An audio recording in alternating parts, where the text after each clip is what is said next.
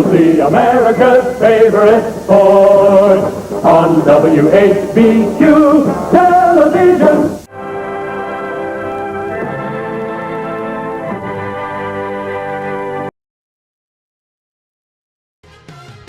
Talking Memphis Wrestling with Randy Hales and special guests.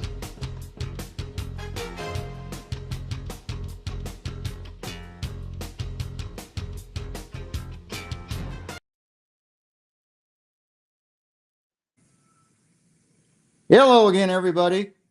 This is Rusty Robinson, and I'm not right along ringside. I am in Orange Beach, Alabama. It's been a beautiful day here in Orange Beach. We are having a few technical difficulties. Randy Hales, our regular host, is trying to get back signed on to the show, which is why you're now seeing me instead. So I'll do my best to fill in for a minute or two.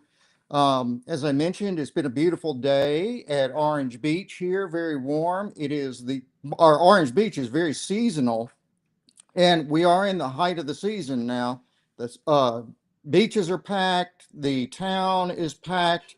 We actually went to New Orleans this weekend and saw our grandson, so that was good. And I'm going on a Bigfoot hunt later this week, so everything's good. So we're just hoping Randy can get back on with us pretty soon. He's got a great show planned. I already looked at the outline, and I had lots of questions to ask him about it, but I have not seen him yet. Our other hosts we're still waiting on also, including Pat Trammell and Michael St. John.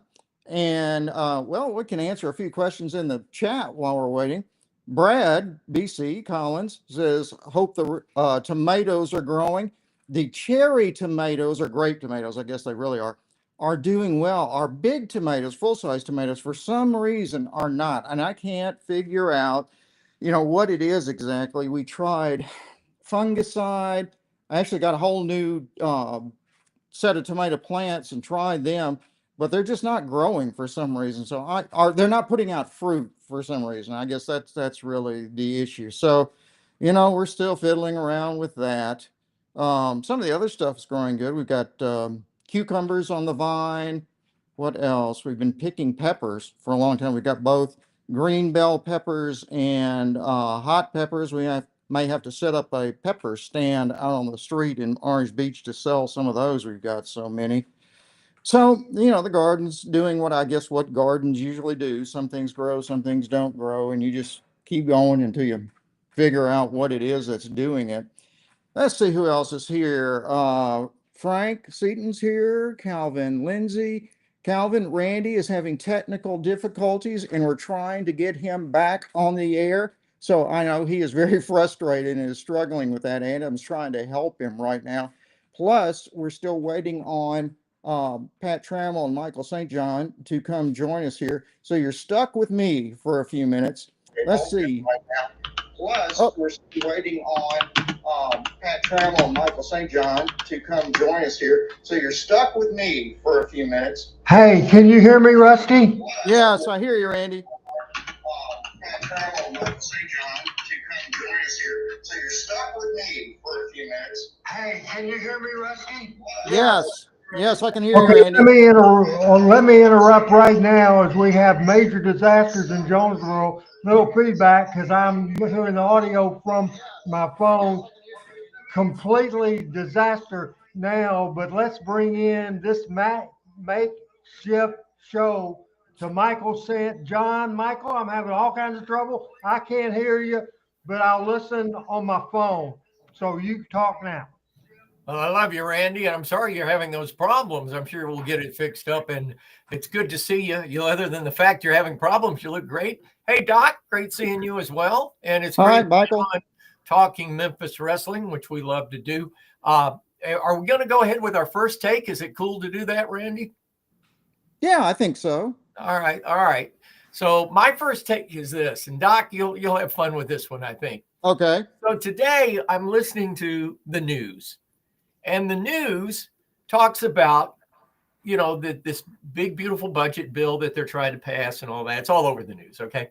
So I get this information that the United States owes $60 trillion we're $60 trillion in debt.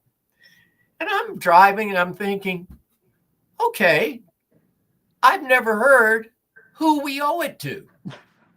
So if we're all in debt for $60 quadrillion or whatever, who in the hell do we owe it to? Because you think about it, United States infrastructure, we build bridges, we build roads, we take taxpayer money, blah, blah, blah, blah, blah. We borrow money. Who do we borrow it from? Ourselves. So what do we got to show Yes, for it? sir. The Brooklyn Bridge, the Golden Gate Bridge, highways, interstates, everything all over. We don't owe nobody. We owe ourselves. We got to pay. What are you going to do? Cash out the Brooklyn Bridge? Oh, listen, let's just, okay, we're the people, we the people of the United States, we're going to take over the Brooklyn Bridge. We already own it. Who in the blue hell do we owe? This is a shell game. So anyway, that's my first take. I'm going crazy. I can't figure out who we owe the money to. Randy's on his soapbox tonight, or excuse me, Michael's on his soapbox Hey, tonight. if Randy can't do it, Doc, I got to take over. What can I say? Well, you're doing a good job. I guess the government sells bonds and stuff, in the name of the U.S. government. And I guess that's what they mean, or at least in part, although I don't really know either. I'm just kind of speculating. But you're right. I think they do just owe the country, owe the people in the country also. But I admit, I don't understand that completely. I don't get it. And if we, the people, are supposed to be, getting back our money for this borrowing thing, just don't give me Houston. I'll take anything else. Don't give me Houston. I'm good with anything else. But no, when you think about it, I'm sorry, and I'm not a conspiracy theorist. I guess I am, but I'm not. How does this economic thing? I know the man that could probably explain it the best is Pat Trammell. He's a genius when it comes to economics and finances and things like that. And unfortunately, he's missing in action right now. But Shane makes a great point. As much as we've helped other countries, we shouldn't owe them anything, right? Because we've given them bajillions of dollars. When they say that, well, the United States is $60 trillion in debt and they're going to raise the debt ceiling. Well, who are we borrowing from? Us. What are we getting for it? Roads, buildings, bridges. Who knows what else? So I just really think it's a shell game. But you're talking to somebody that never understood freaking calculus either. So the only calculi I know anything is about the kidney stones that I've always passed or had surgery for. Now, those are calculi. But when it comes to calculus, I'm dead. Well, I took calculus back in the day in college and never used it again after that. So I'm afraid I don't remember much of it now. Frank Seaton in the chat says, I think most of it is to China, and that could be true. I know the Chinese have invested in buying things in the United States, I know. So how that impacts the national debt, I'm not exactly sure. I'm not an economist by any means either. I'm, as they used to say on Star Trek, just a plain country doctor. That's me. So I don't know how this stuff works. At any rate, we will, I guess, continue to hear about that for the time being. I know the so-called Doge event or series of events, potentially saved a lot of money. And I think that mostly what they did was they found things that we probably didn't want to be spending money on, but the public didn't really know about it. And I know that happens. I spent a career in medical schools, and I can tell you academic enterprises do have sort of a thing going that most of the public doesn't understand and maybe would not appreciate. So I think that's part of the issue too. It's very easy to almost use that money that the schools get from the government in the form of grants as like a money laundering thing, because if you get it as a grant, then you can pay somebody else out of that grant to do something for you. And that's exactly what happened, for example, in the Wuhan thing, the Wuhan lab. So our Wuhan was a subcontractor of a grant holder in the United States. And I don't know who that was exactly, but they were contracted to do some work on viruses for that contractor. And, you know, I think most of us think now that or the work they were doing was responsible for the release of the coronavirus. And then obviously it spread to the rest of the world. So I'm pretty sure that's how that happened. But, you know, the way academics works, you know, and Harvard obviously is in the news now, is just like that, in that they get the money and they can use it kind of for what they want to. Certainly you can, when you apply for a grant, you tell the granting agency, which could be the NIH or various other things. In my case, it was always the NCI. And you tell them what, in theory, what you're going to use the money for, but it can be pretty broad what you tell them you're using it for. You know, you can tell them I'm going to use it to pay for my lab. I'm going to use it to find or pay employees. I can use it to subcontract. And most of those grants do not prohibit subcontracting out of the country, even, which seems a little odd. Federal money going out of the country to pay non-citizens to do work. So there's a lot of things, you know, associated with that the public doesn't really understand and may not really appreciate. Well, this is something I've wrestled with for a while, is that so much, and I know, I'm lucky, I'm fortunate, I know several members of Congress, a couple of senators, several governors, and the thing I've never been able to wrap my head around is somewhere after 1960, we lost our conscience and we allowed different items to be put in different bills that are passed in Congress for appropriations, for money. And so if there is a bill that's up to appropriate $50 million to the study of diabetes in children, there is a congressman in Missouri or there is a senator in Montana or something like that that will say, okay, well, I'm going to stick in an extra $10 million for the cattle farmers in central Montana because they need feed or whatever the case may be. It's still a medical bill for diabetes research, but there's all sorts of other crap in it that nobody knows about except people that write the bill. And in fact, even half the people that are in Congress that vote on it don't even know what's in it because they never read it. There's only 1 million bills a decade or a year or whatever. So they don't know what's in the bill. So it's just, I just get a feeling that it's all a work. And with that, let's talk wrestling. Okay, sounds good to me. Rare appearance here on the show here lately by me. So, hi, Adam. Hey, so I know you're aware, and Rusty, we were talking a little bit earlier as well. So we have some technical issues with Randy. We do have a video feed of Randy. We can hear Randy. Randy cannot hear anybody on the show. And so Randy is listening on via the feed, so he is behind. And I can see that he's talking. And so I want to real quick, I see Pat's here. And see, I didn't do that. Randy did that. So Randy, I think, is wanting to talk about the cards. And so I'm going to put Pat on real quick, just so Pat, we can say that you're here. I'm going to put the card down. That might piss Randy off, but I'm going to take the card down just for a second. So Pat, just to bring you up to speed, that's the issue that we're having at the moment. So I'm looking and I still see Randy's there. So what we may do is I may just put Randy on the screen and Randy may just be going without the ability to hear us, but we can maybe react to what he's saying and kind of go from there. So we'll see kind of how that goes. And I'm going to take the comments down just so the screen's a little bigger. But so when I join Randy now, just for everyone who's watching, we may be joining Randy kind of in progress on what he's talking about. And then we'll try to follow along, but I'm sure he's wanting to go along with the layout of the show that he's emailed to everybody. And we've got the news I know we want to cover with our truth and everything as well. So I'm going to bring up Randy and we'll see how that goes for a minute. And if we have issues with that, we'll drop back out of it and come back. But just want to let everybody know what we're doing.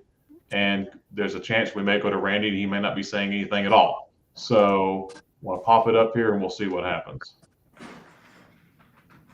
So I don't know if he's able to hear us or if he does hear us, it may be delayed. He is muted. I see that. I can see Randy. Yes, like I say, it's going to be delayed, so he's probably about 10, 15 seconds. I think I can hear my own voice through where he was listening to Okay, me. what I want to do right now is Yeah. right now, Pat Trammell wants you to do your first take of the day. First take, Pat Trammell. Well, my first take today, I've been traveling the roads of Alabama, and it gets more intense tomorrow. I'm coming up Michael St. John's way to Boaz, Alabama, and then I'm turning right back around and driving to Pensacola, Florida. So I understand we had technical difficulties until I got here, and so I'm happy to be the solution to everybody's problem today. Can I borrow you? Can I buy you a barbecue sandwich at Dale's in Boaz tomorrow? You could, but I'm headed up there with 3 credit guys, and then I'm gonna turn around. So next trip, let me get the suits away from me. Gotcha. Barbecue sauce wouldn't look good on suits. No. Yeah. Well, that's good. You're going to be close to us here in Orange Beach if you're going to Pensacola. That's right. That's right. Yeah, very good. We actually were on the road too today. We drove back from New Orleans to Orange Beach on the I-10, and there was an enormous crash at about the Mississippi-Alabama state line on the I-10, and they had to divert everybody for miles and miles back. And they had to switch to the U.S. Highway 90, which is to the south of I-10, and take that all the way back into Alabama before we could get back on. So it was a real mess for apparently like 4 or 5 hours on the I-10 today. So, and you can't predict that, obviously. So you just got to be ready for it in case it does happen. There's not much east to west on the coast other than I-10 for sure. Well, one thing is always helpful, and I've learned you trust it no matter what, is Waze. If you've got the Waze app, it'll tell you before you get into trouble to get. And so if you're driving it on the road, and all of a sudden it says take the next exit, it ain't Waze wanting to go to the bathroom. It's telling you to get out of trouble. So I always follow my Waze and get around it. But it's. I tell you, you're right about that. I've driven that stretch when Jamie was at LSU, driving that stretch down through there. And especially at night, it can get a long, long, lonely highway. Yeah. In fact, we had that happen today. We were driving along. We had Waze on, and all of a sudden it tells us to get off in Godier, Mississippi, which we never go to. And we're going, what? Why is it telling us to do that? Did we mess it up somehow? So we turn it off, turn it back on, try sort of things. And then we catch up to the crowd, which is stopped at a dead stop, like a few miles beyond that. So then we realized what Waze was trying to tell us to do. So you're absolutely right about that. They know better than we do. That they do. And somebody's brought up R-Truth, and I know we're probably jumping the gun here, but have I missed something? I have not been, unfortunately, I have not been tied into wrestling over the past few days. Oh, he's been released by WWE. Did they give a reason? No, although there's something that I opened up right when I got here from Wrestling News. It's WZZ, and I don't know who that is, but it says R-Truth released by WWE, backstage details on his departure. And I was reading it, and it made the comment that what WWE made the decision without citing any misconduct or backstage issues, but apparently he was very popular backstage too, so I don't know.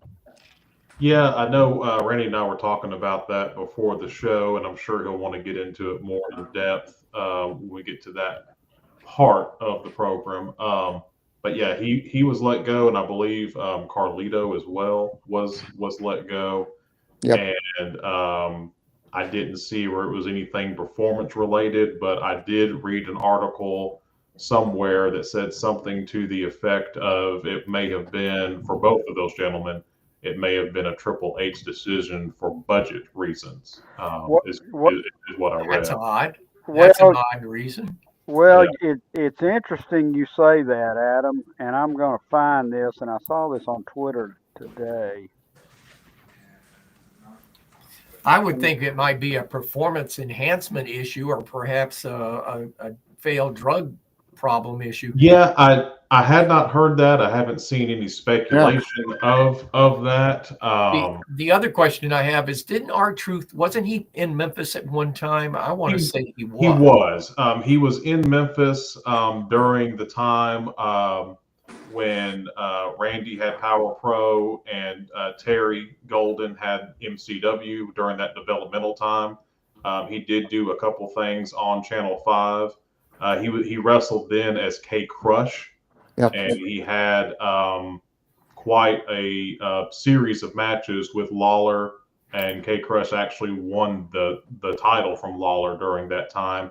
And it's interesting too. I was reading an article where he said that he was going to leave wrestling during his time in Memphis. Road Dogg heard him rapping, and shortly thereafter, when you had Road Dogg and K Crush together on WWE television. With that being said, it looks like we have Randy now on his phone. So, Randy, I'm going to drop the one where we have you on the computer, and let's see if you can hear us through the phone. I can absolutely hear you through the phone. Man, I cannot believe it. Man, things can happen. I couldn't hear nothing. And we have good audience right now. Appreciate everybody. I'm Randy Hills along with Adam Dunn, Pat Trammell, Michael St. John, and Dr. William Robinson, as we got big things happening today, a lot of cards to see. Now, I could not hear you at that point. We put up a card from Louisville, May 29th, 1972. Very interesting in the first couple of years of Jerry Jarrett running Louisville. I think it's very interesting that Wilbur Snyder, Baron von Raschke, and Bobby the Brain Heenan all on that card. And Adam, if you could put that card back up on the screen. What's and the number on that one, Randy? I didn't write the number down, but it's the very first one, and I'll put it up there right now. Well, Yep. Yeah, that was it. Okay. So you guys off screen and turn it back over to you guys. You guys just discuss that. You might have already. Pat, we'll start with you. This is of course, Louisville in 1972. Very interesting card for sure, if you can read it.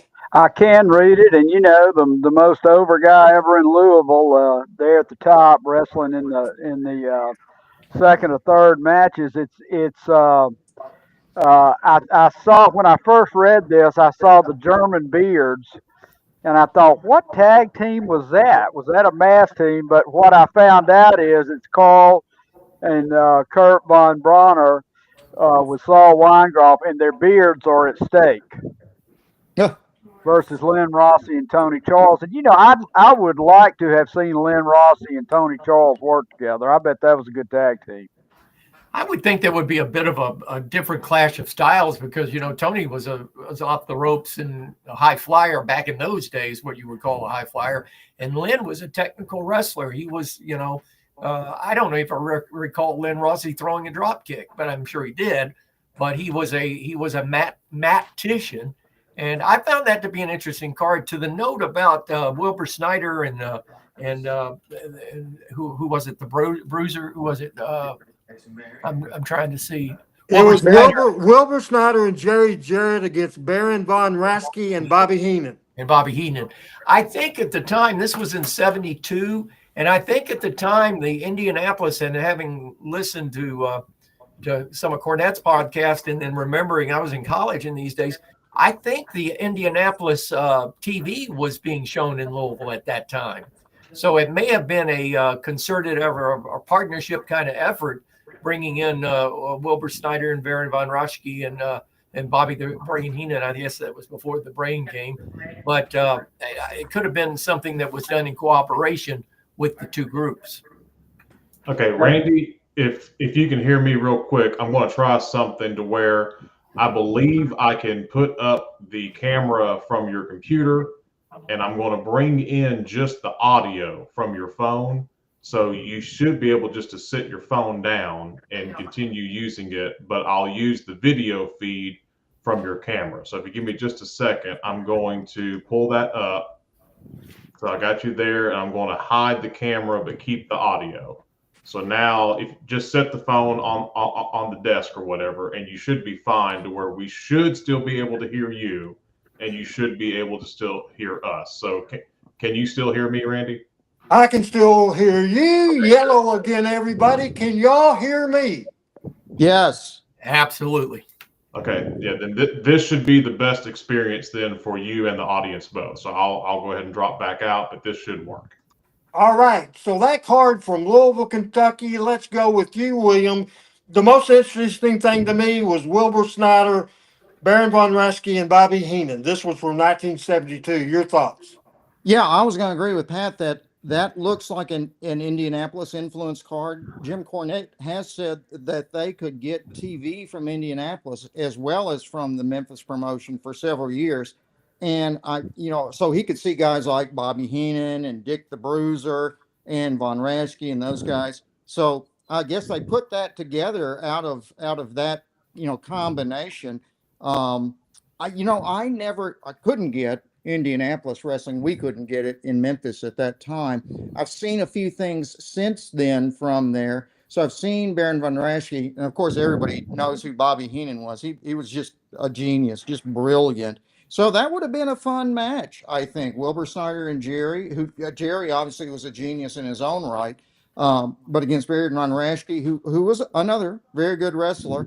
And Bobby's wit and humor, and that would have been a good match, I would think.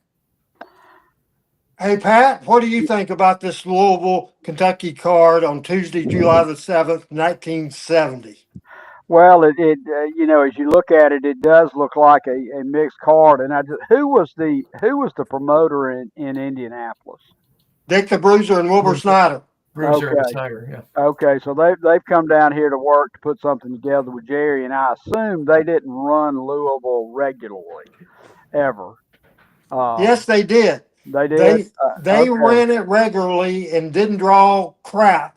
So it was dark for several years, and then Jerry Jarrett went and got the TV, got it on the air, and then a few weeks of running and being successful, Dick the Bruiser and Wilbur Snyder came up and confronted them and demanded a percentage of the town. That's what happened. Okay. Well, I wonder how they worked that out. Interesting that Jerry got TV on Channel 32, which was an upstart in Louisville. Of course, 3 and let's see, WHAS 11, Channel 3 Wave were the two biggies, and then they had 1U because Louisville was a sandwich market. You had 3 Bs in Cincinnati because you only had 3 networks back then: NBC, ABC, CBS. You had 3 Bs in Indianapolis. You had 3 Bs in Cincinnati. You had 3 Vs in Nashville. And the Vs get out further. So Louisville was sandwiched in. So they had 2 Vs. And then they finally, when UHF came to be, they put on Channel 27 and Channel 32. And this was on Channel 32, which right now does very well in the Louisville ratings. But back then was an upstart. I want to say Dick the Bruiser's show was on Wave 3. And I want to say it was a late night show, like an 11 or even a midnight show on a Saturday night. Let me jump in here real quick. We have Whoopi D of PG-13. I had him scheduled as far as a part of the Pictures of the Day segment that he had posted, and it is a great picture. This is from 1995. This is PG-13's Whoopi D, who's watching this show today, with the great Lance Russell. Great picture that we're showing now, Whoopi D, and he said he grew up watching Lance Russell, and it was one of the thrills of his life. Now, folks, I'm having issues. I cannot hear anything, and so I might talk over them. They may talk over me, but we're doing the best we can. Michael, just how much do you know about that era of the early 70s in Louisville? Snyder and Bruiser running it. Then they went away because it wasn't draw. Then they came back and did a power play and got a small piece of the town. Did you ever hear that? Yes, I did. And in fact, I was in college then. In 72, I was a junior at Vanderbilt. And I had befriended a gentleman a year earlier who ended up being a commentator and a ring announcer and genuinely great guy, one of my mentors next to Scott Shannon, probably my next closest friend and mentor in Johnny Randolph.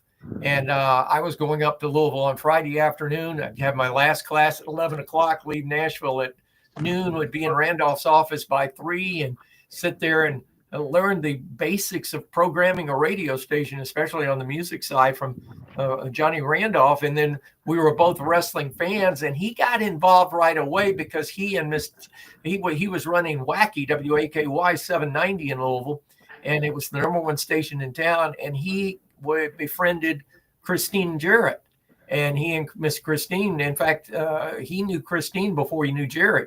And then he was always a part of the inner sanctum up in Louisville. And when they got back on Channel 27 and got, Nashville wrestling back in Louisville, it was a different style. I'm like you, Doc, and Pat, I'm sure you've seen it too. I've seen several tapes on Dick the Bruiser's show, and it was sort of I don't want to say campy, but they're announcing a wrestler, and it was more of a campy wrestling show than portraying it as reality and feuds and programs and all of that. Like, the thing about Nick and Roy and Jerry, and of course Jerry learned from the bootstraps of his mama and Roy Welch, is Memphis was real. Nashville was real, and of course Louisville was getting this campy stuff out of Indianapolis, and that was sort of the Chicago style back then.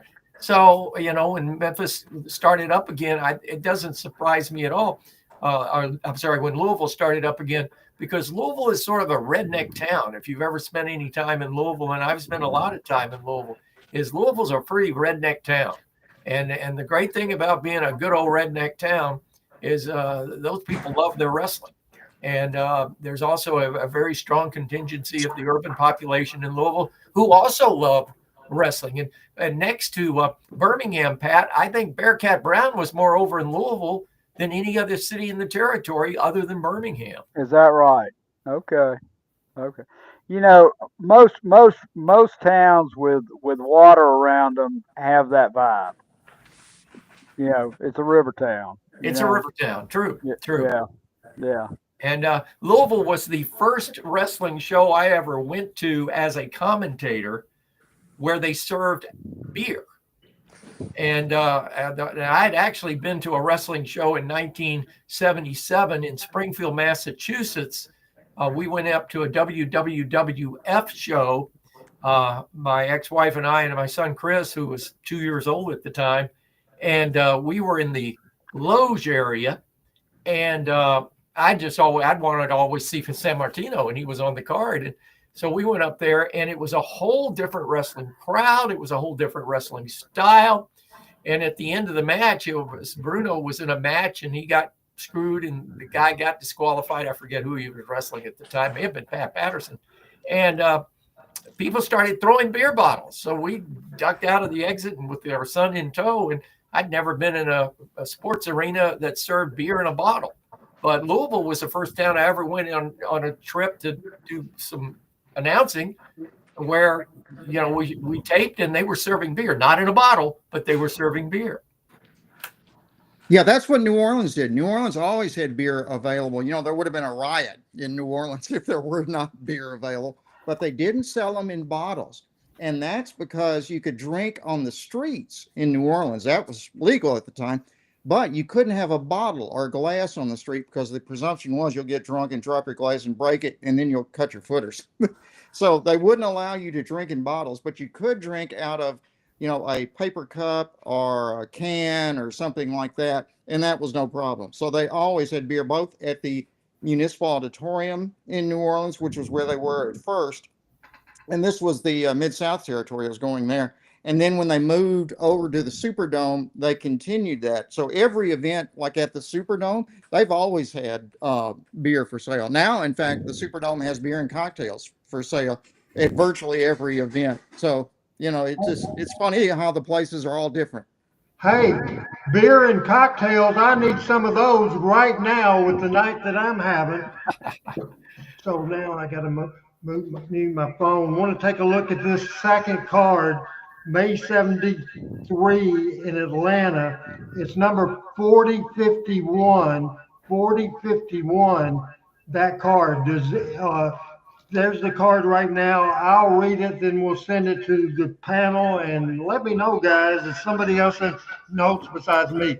The opening match, Lorenzo Parenti, Memphis guy against Mike Stallings, Cowboy Parker against Rocky Johnson, a six-man elimination tag team match, Jerry Lawler, Bob Orton, Don Kent against Bob Armstrong, Robert Fuller, and Jerry Briscoe.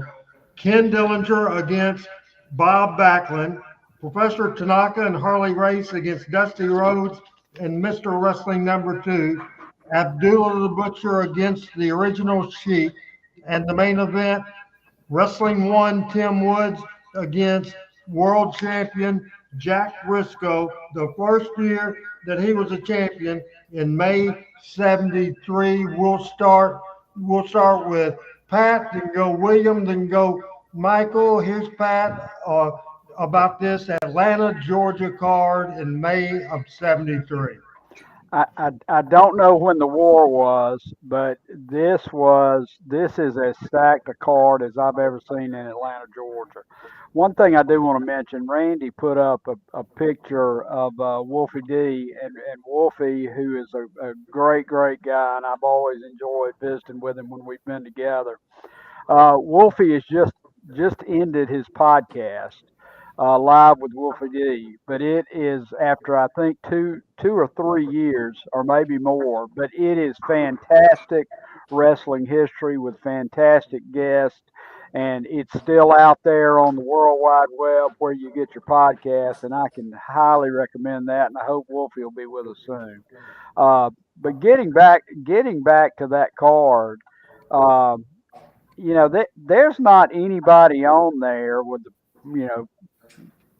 the possible exception of maybe Ken Dillinger and a couple others that hadn't headlined all over the place. I mean, that is a packed card right there. The match I would love to see on that is either the 6-man or probably Tanaka and Race against Dusty and Mr. Wrestling 2. But look, Bob Backlund's on there. I mean, how many world champions are on there? I counted 4 at least: Race, Rhodes, Backlund, and Jack Briscoe.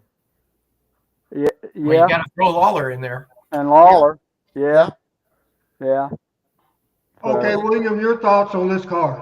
Yeah, the first one that I saw that I was drawn to was the Tanaka and Harley Race match, the tag match. Tanaka, Harley Race versus Dusty Rhodes and Mr. Wrestling 2. And Race versus Rhodes was just a great match by itself. So with Tanaka and Mr. Wrestling 2, Mr. Wrestling was more of a traditional mat guy, whereas Dusty, was more of a showman. And Harley he always came across as a tough guy. Everybody was afraid of Harley, even us watching in the audience. I didn't see Tanaka that much. So I don't know how to comment on him, but boy, that sure would have been the card or the match on that card that most interested me. Although I will say, I don't know that I ever saw Bob Backlund back in the day at that point.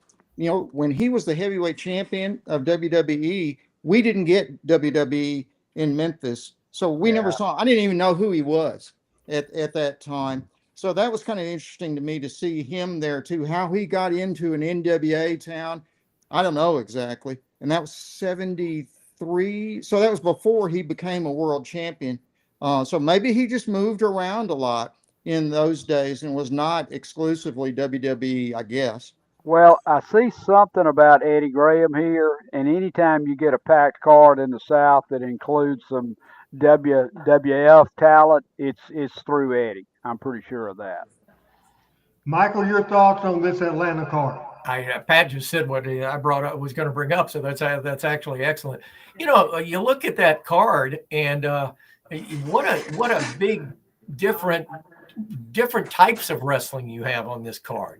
You have the mat generals like the Wrestling 2 and and Wrestling One. You have the Oriental style and Tora Tanaka. One of the earliest matches I remember watching in Nashville when Nick and Roy had Tora Tanaka and Mr. Moto as a tag team, and that was the Oriental style. And then you've got the crazy wild blood fest with Abdullah the Butcher and the Sheik. So you have all these different styles. But the thing that got me about this card, and it's in real small print, look at the managers. The manager of the Sheik was Eddie Creechman, and who was the Wizard, the Grand Wizard. And the manager of Abdullah the Butcher was Rock Hunter, who was a mainstay in Atlanta of Ray Gunkel's group.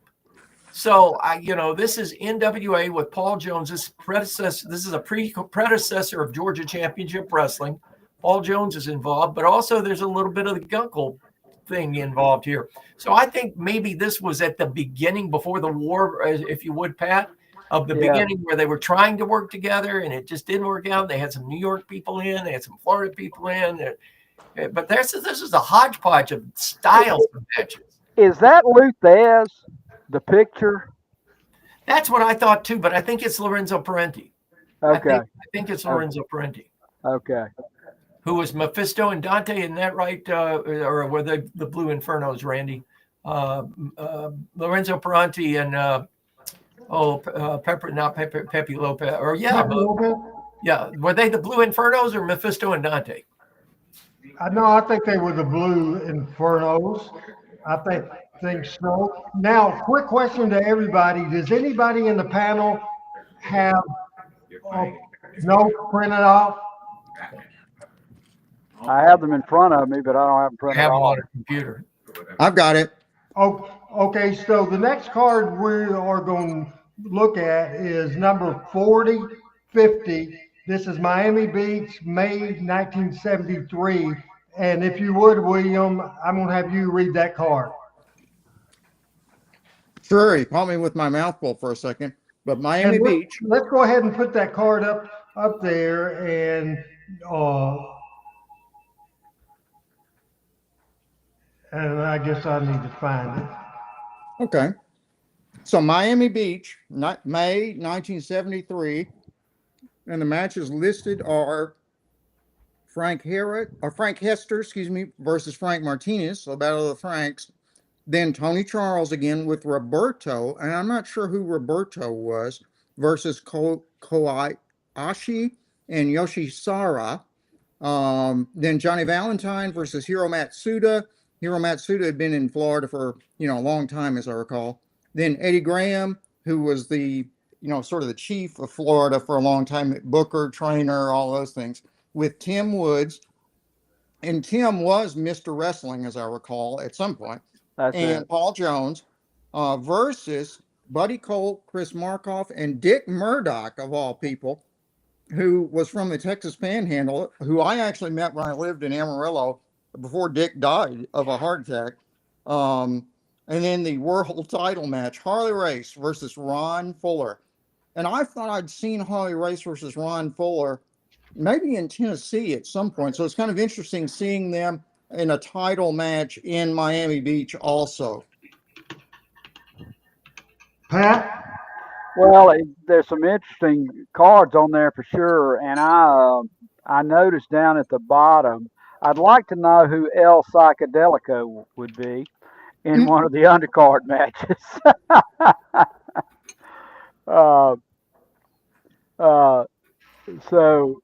Anyway, obviously that is a Florida card with Mike Graham and Kevin Sullivan tag teaming. I don't know how Dick Murdoch got down there either without Dusty there, because that was, Dusty split up with Murdoch to go to Florida. That is, when I first saw Harley Race and Ron Fuller, I didn't know if that was a young Harley or a young Ron, but I think that's a young Ron. Yes, it's Ron Fuller. Michael, your comment from Miami. Boy, I'll tell you that you mentioned Togo and Soto were a tag team together, but they're wrestling in separate matches in this. Buddy Colt was a tremendous worker. And of course, he was in the plane crash, and but a tremendous worker. I'm not familiar with Chris Markov. I know that there were several quote unquote Russian wrestlers that were about featured in that time, but Dale Lewis, you talk about a great grappler there. Kevin Sullivan and Kevin Sullivan and Mike Graham had to be very young at the time, but what a tag team, what a duo that would be. Gorgeous George Jr., I worked with him a couple of times. He was playing off of an old gimmick, but I'm not so sure he was as good or talented as a wrestler as George was. Interesting card there, and the next card we'll go to is 1975, May 27th, 4046. And if you have that card, if you could read that, Rusty. Then we'll go with that, Okay. then Michael. Okay, this is Louisville, May 27th, 1975, I believe, 4046.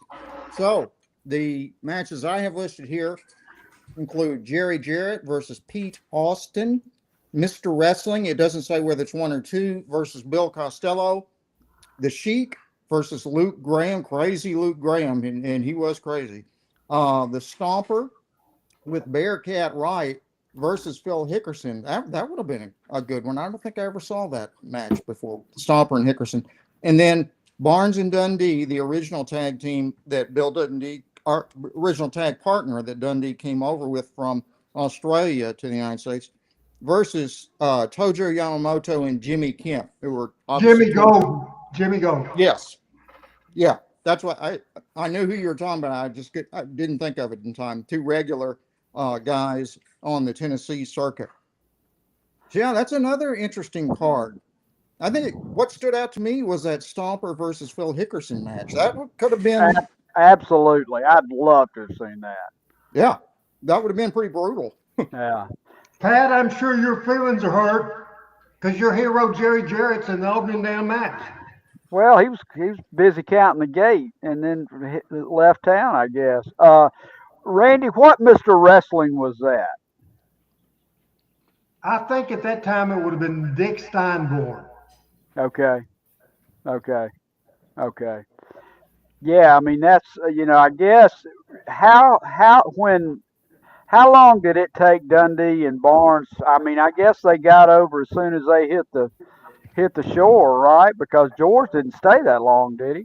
No, they got over, and what got them over was they came in and got a win on TV. The following Monday, they beat Tojo Yamamoto and Eddie Marlin for the Southern Tag Team titles, and within 3 weeks, and Lawler was banished at this time. Your good friend Jerry Jarrett fired the biggest star in the history of Memphis Wrestling anyway. He then got over Barnes and Dundee because then they proceeded to sell out. So yeah, that's the time period there. All right. Dinner time, grow up. Thank you. All right. Michael? Nope. Bill Costello was the guy that got shot on the streets of Nashville outside of a bar at the Sam Davis Hotel on Commerce Street.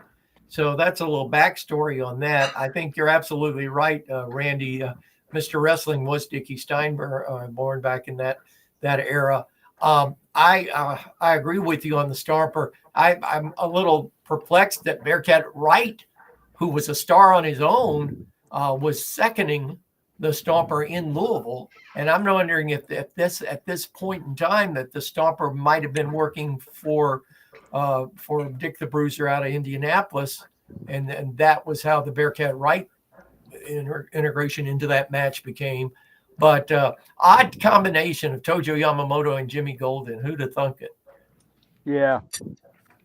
Very interesting card, and Louisville was hot at that time. There's no doubt about it. Now, I want to explain this May 28, 1979 card before Rusty reads it. It is 4047, Adam, 4047 from Memphis. This is the, and you know what? I skipped the damn card, and I apologize for that. We're going to backtrack to Memphis, May 1974, 4045, Adam. 4045. We'll get to that. This is Memphis at the Mid-South Coliseum, did over 11,000 people. This is on the run from May to September, the most attended piece of time period in the history of Memphis wrestling. This got it going with Lawler and Ricky Gibson, and we'll have Rusty read this card, then go to Michael, then go to Pat. Rusty, read this Mid-South Coliseum 1974 card, please. Oh, you bet. And I think I was at least at some of those matches in 74, the summer of 74, where the crowds were so big, but I can't remember whether this one was one of them or not. At any rate, Memphis in May of 74, Joey Rossi versus Melvin Kimball. I don't remember Melvin Kimball. And then Lou Thez, multi-time world champion versus Pepe Lopez, who was, a veteran at that time. Tommy Gilbert, who was a big star in Memphis for years, versus the Red Shadow. Then Steve Kovac versus Ronnie Blastein. And again, that's another guy. I don't remember Ronnie. Eddie Marlin versus Al Green, two Memphis regulars. Obviously, I love the Don and Al Green.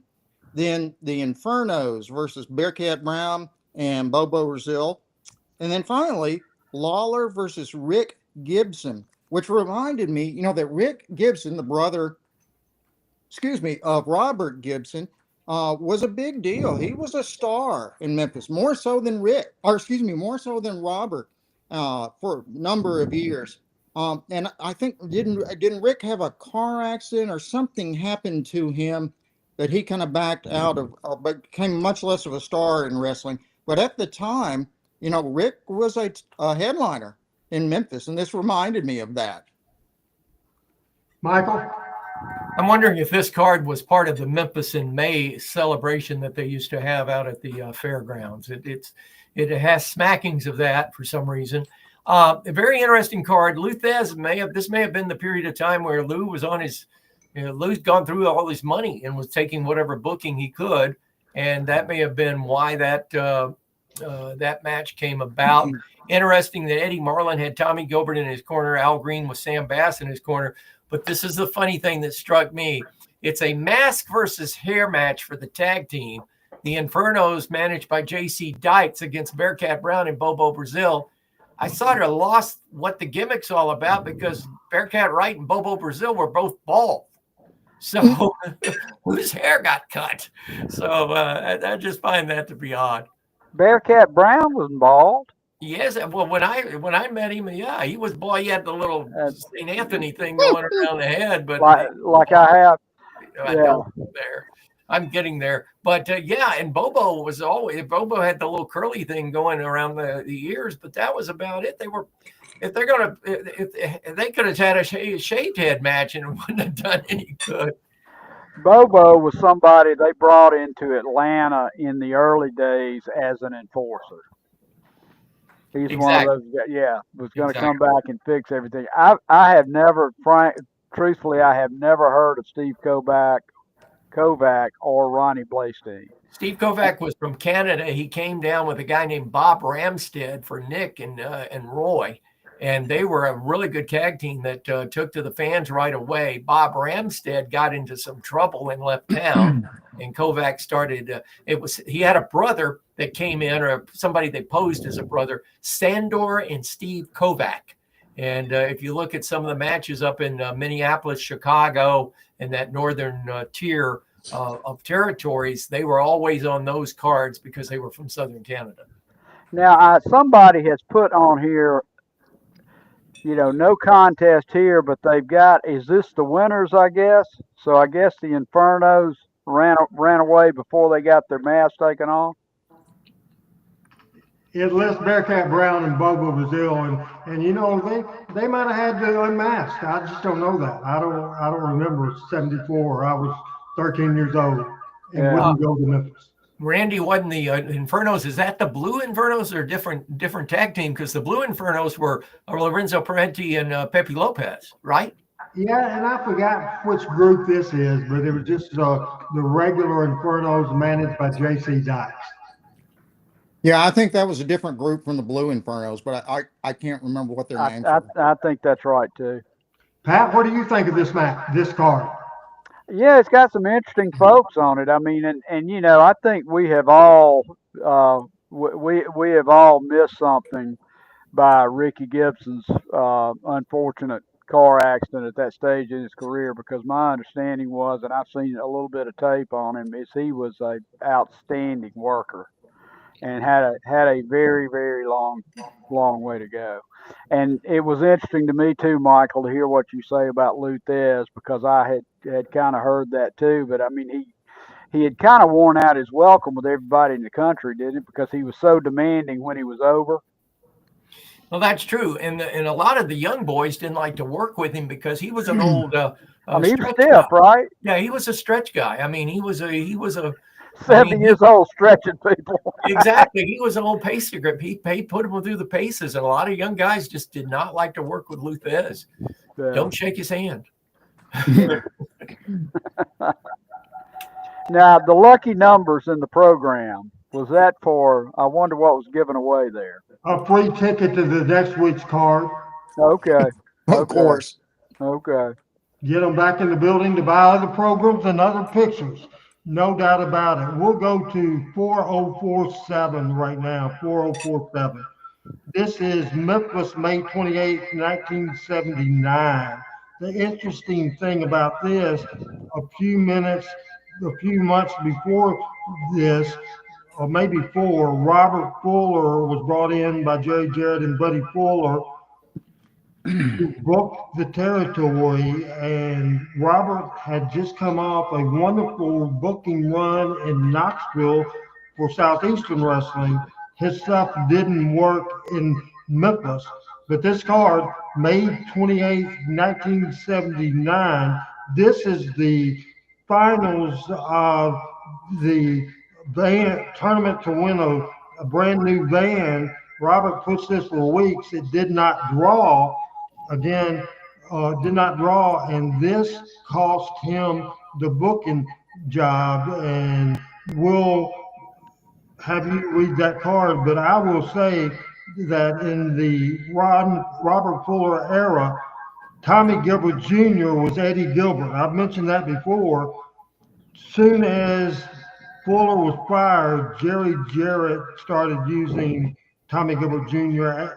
under his name that everybody knew, and that would be Eddie Gilbert. So Tommy Gilbert Jr., Eddie Gilbert against Big Outlaw Ron Bass, the opening match, and then if you could finish up this card, William. Sure.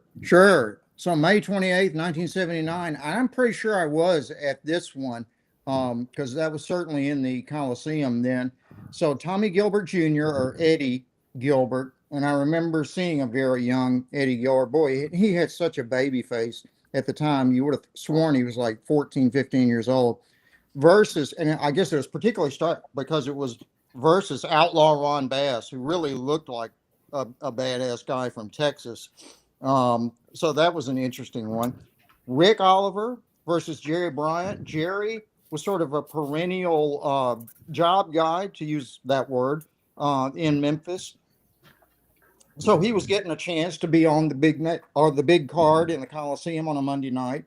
Then Tommy Gilbert versus Larry Latham. And both of those guys were stars in Memphis. Larry Latham went on to tag with Wayne Ferris in the original Tupelo,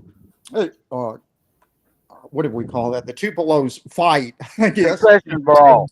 That's it, concession stand brawl. And then Tony Charles versus Mr. Fuji.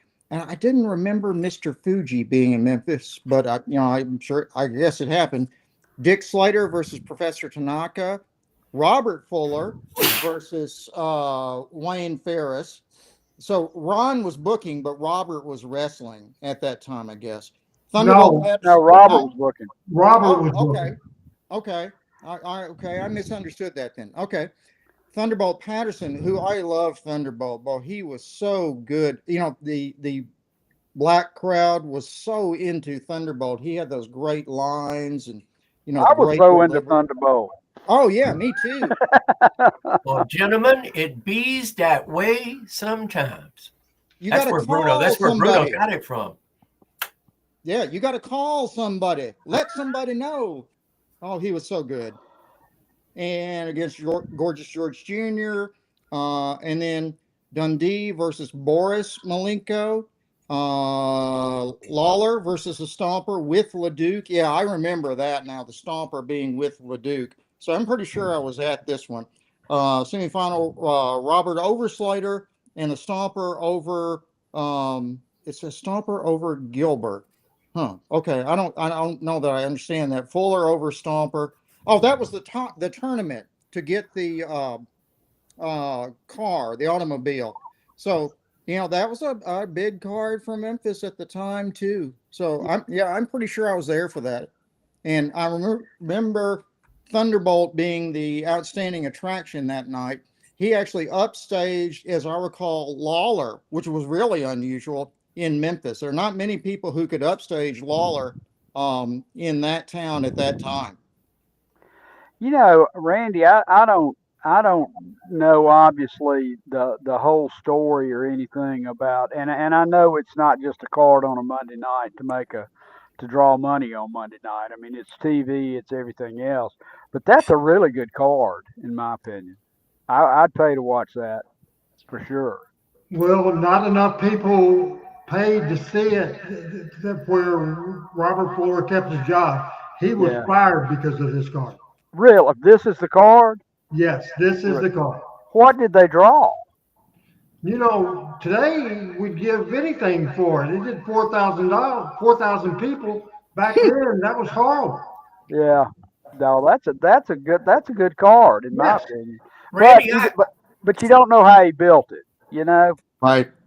Randy, I have a question, and this is from a running the matches sort of standpoint. How in the blue hell do you get 15 matches in a 3-hour show?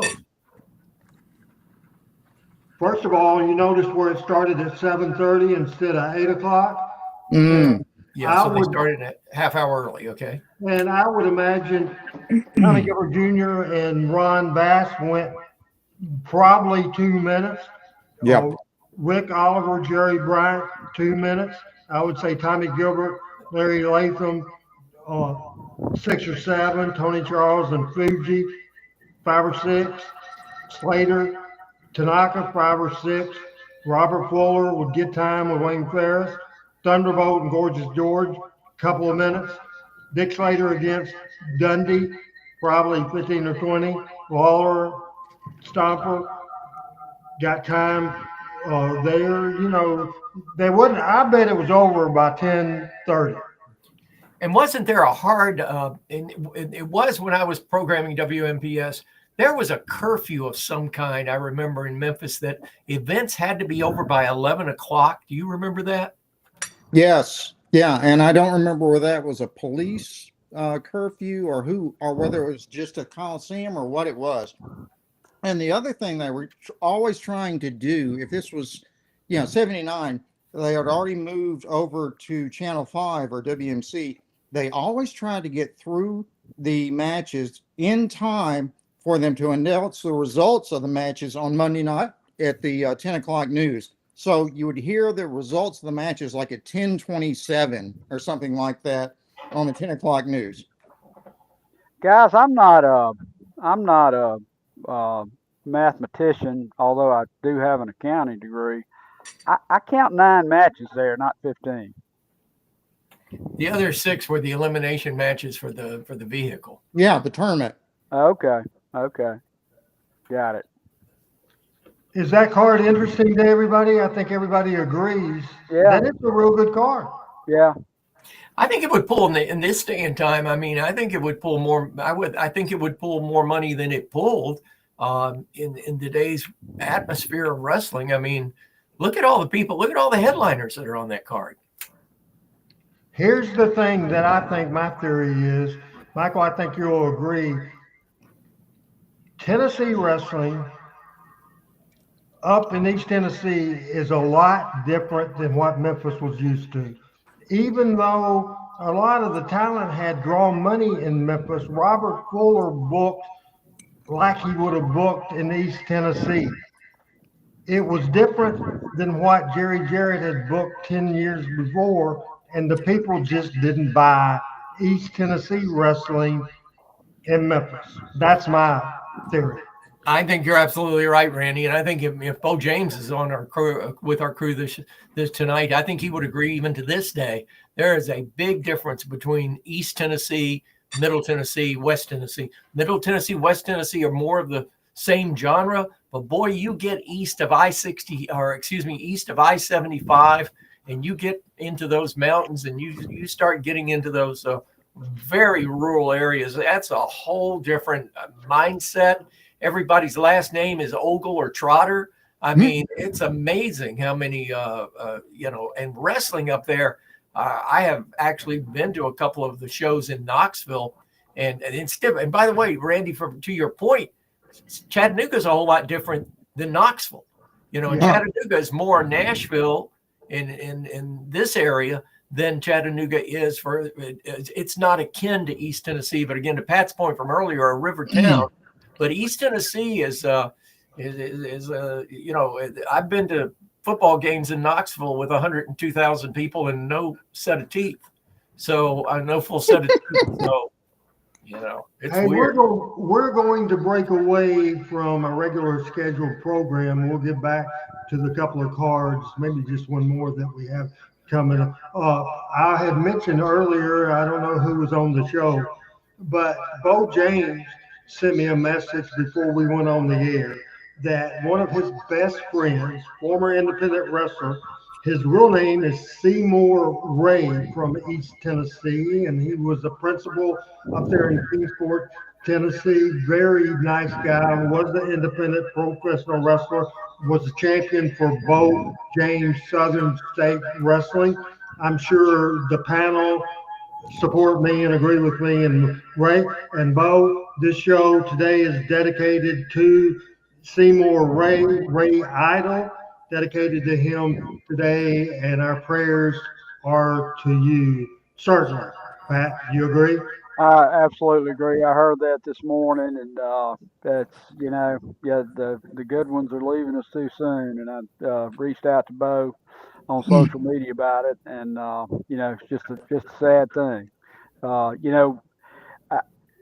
Your relationships with your wrestling people are unique to any other relationships you have, and I know that I mean that for the three of y'all and Adam and Chris. But you ride, and Randy, you know this better than anybody. You ride roads with people for years and years in the middle of the night, and you talk and you get to know each other, and those are relationships that don't leave you. So our Bo says he'll be doing the eulogy, and I know he'll do a absolute fantastic job. And our thoughts and prayers are with you, Bo, and his family and everybody that loved him. Michael? I've actually seen. I did not know Ray, but I have seen some of his work on Bo's YouTube channel and some of his videos. And the guy could work, and he carried the belt with pride. And I echo what Pat said. And Pat, I read what you had put on social media earlier, and of course liked it. Pat is very poignant when it comes to replies in these situations, and I echo your sentiments. But I think you hit the nail on the head. And Doc, I know from being a fan of the business, there is a very unique relationship among wrestlers and people that are within the wrestling squared circle, if you would. And the one thing about it is, I remember, and I always loved this about wrestling, wherever you were. I would go back in the back in Phoenix or in Dallas at the Sportatorium, in St. Louis at the Keel or whatever. But when the boys recognized that you were part of the wrestling family, and I don't know if it's like that anymore. I really don't. The last wrestling show I went backstage was a AEW show here in Huntsville, and it was a million times different. I went back to see Jeff Jarrett, and it was a million times different than I'd ever experienced in my life. But there was always that sense of family and camaraderie. And if you think about it, anytime anybody was in need in those dressing rooms, and Randy, I think you could back me up on this, the boys all came together to help somebody that was down on their luck, or if they had a broken down car, or they always came. There was always, I always thought of it as the heart of the dressing room. There was a heart in every wrestling dressing room. I don't know if that's the case in this day and time, but back then in the territory days, I think that was certainly the case. Absolutely, and we appreciate everybody talking and giving support to our friend. Now, Dr. Robinson has a podcast. It will release tonight at midnight. It's called The Blues Doctor Recommends. He talks medicine, he talks wrestling, he talks life, he talks music, he talks a lot of things. And we're going to have our version of talking a little music now. And I'm going to give you a few words of a song that is just fitting for our Talking Memphis Wrestling today, considering the date we're doing it. Michael, we'll start with you as I read the first verse of this song, and you tell me a song that I listen to on this date every year and have for probably 20 years. And it goes like this. Was the 3rd of June, another sleepy, dusty Delta day. I was out shopping cotton, and my brother was baling hay. And at dinner time, we stopped and walked back to the house to eat. Michael, what's the name of this song, and what does this song mean to Michael St. John?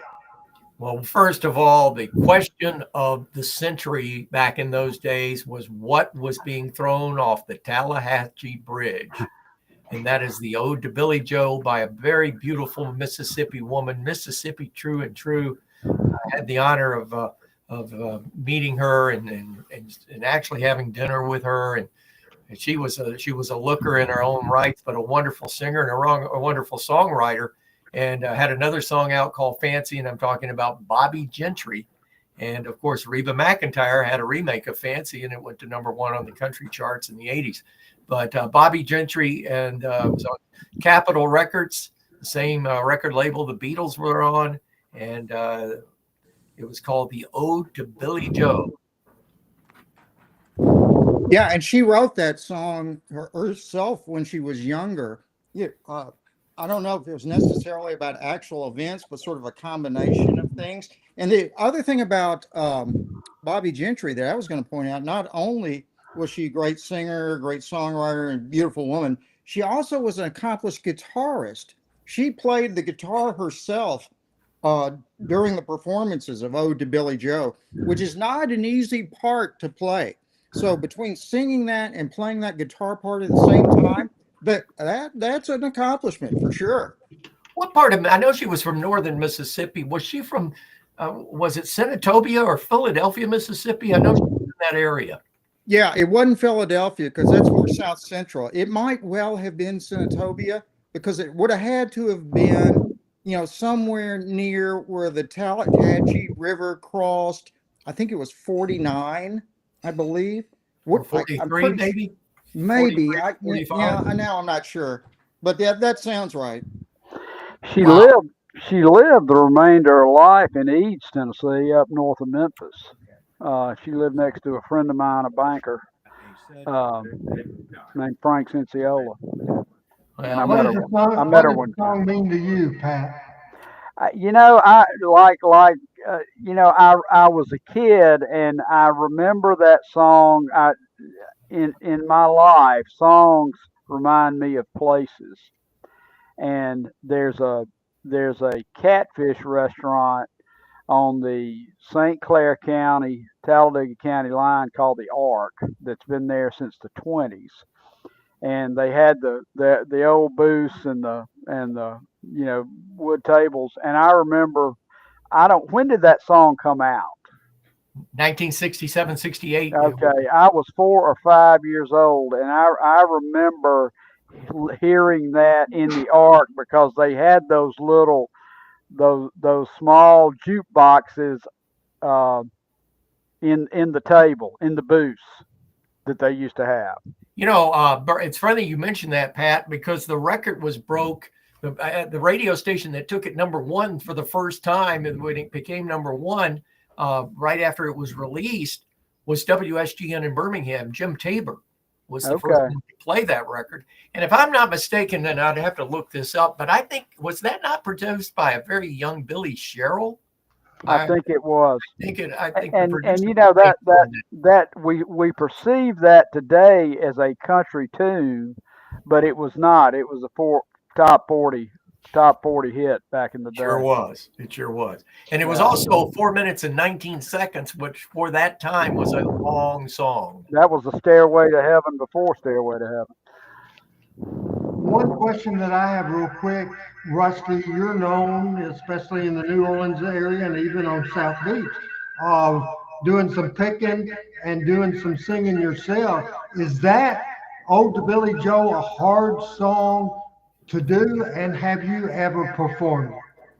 I have not performed it myself, and it is particularly if you're going to sing it and play the guitar at the same time, because the rhythmic sensibility is a little different. So you have to have a certain rhythm to play the guitar, but a little bit different one for the vocal part. And not everybody can do that. Make your hands move independently of your mouth. So it's a relatively hard thing to play or to perform. Certainly, you could play. Most people could probably play the guitar part by themselves, or most reasonably accomplished guitarists. But putting it together with the vocals, that was something Bobby did very well. The producers listed are Kelly Gordon and Bobby Paris, but it was arranged by a guy that won a bunch of Grammy Awards, and Jimmy Haskell. That was a song within itself. I'm reading some history on it. It was 67 in July of 67. And she was born in Chickasaw County, Mississippi. Right now, we're going to take a look at our last card, then we'll get into our photos of the day. This is from Louisville, Kentucky. May 28, 1981 is 4039. 4039, Louisville, May 28, 1981. Here's Rusty, then Michael, then Pat. Rusty, the card for May 26, 1981. Yep, I've got that pulled up here. Louisville, May 28th of 81. And I had just graduated from college right before then, like a week or so before then. And it was about 2 weeks before I got married. So this was a very important time in my life. At any rate, so Chief Thundercloud versus Phantom. Was that a midget match? I don't remember for sure. No, Chief Thundercloud was longtime tag team partners to Danny Little Bear. Big run with Thundercloud and Danny Little Bear in Memphis. Also for Nick's territory as well. The Phantom was Don Bass. Oh, okay. Okay. Yeah, I didn't know that. Okay, so the Nightmares versus Eddie Gilbert and Coco. I assume that's Coco Ware. The Nightmares were Ken Wayne and Danny Davis, as I recall. And they had 2 or 3 different gimmicks, I think. They were like the Galaxians and maybe something else too. Then Chick Donovan versus Ron Sexton. I always thought Chick Donovan was better than he got credit for, or he didn't get over as much as I thought he would have based on his talents and speaking ability and so forth. Then Onita and Fuchi, great Japanese team, versus I assume that's Plowboy Frazier and Dutch Mantell. That would be an interesting team, Plowboy and Dutch.